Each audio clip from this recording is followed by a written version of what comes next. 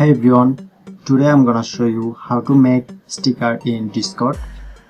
So first of all, open a Discord. After that, click on a server.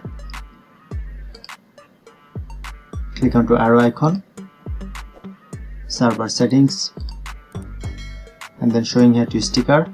Click on upload sticker,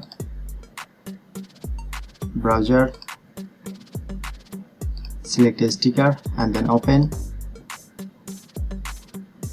Sticker name, if you want to add description, click on. I'm selecting this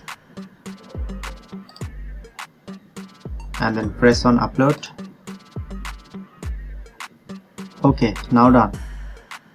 So that's how we can easily make sticker in Discord.